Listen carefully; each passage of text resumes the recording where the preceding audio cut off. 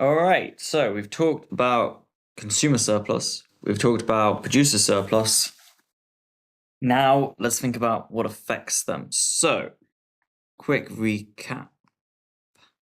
We have, give me a second. We have price, and we have quantity, and we have a little market. And we trade here at equilibrium, and this is our lovely consumer surplus. This is our producer surplus. We're very happy.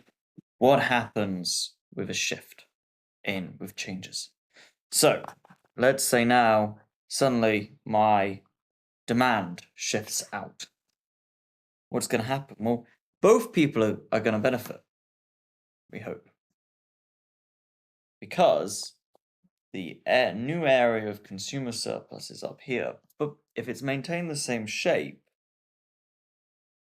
curve, then that should still be helping surplus, because if it's got the same gradient but it's further out, it's at more quantity, then we're covering more area. But also the producer surplus has really benefited, because suddenly they've got this huge amount that they're selling. So they're very happy as well, and they're selling it at a higher price. Likewise, pardon me, if it shifted down, if demand shifted down, well, then people are getting less benefit because there's less being sold.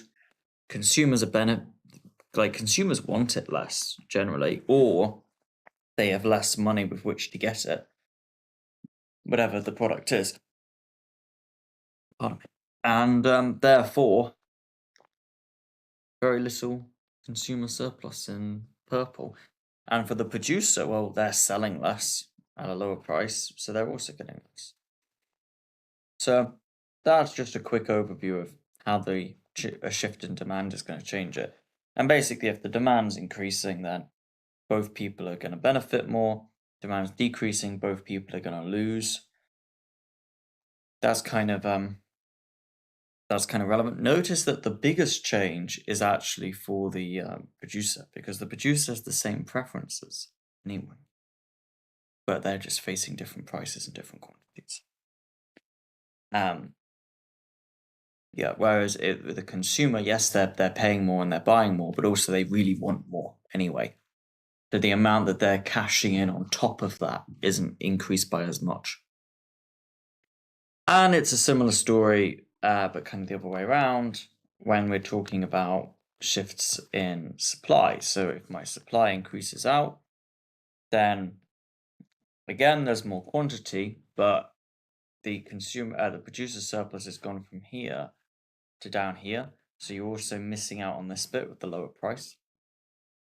And whereas the consumer is really cashing in, the consumer goes, great, look at this, lower price, more quantity. Free lunch, very happy.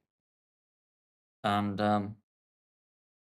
that's a quick summary of how producer and consumer surplus are going to be affected. And I'm sure you can work out a decrease in supply as well.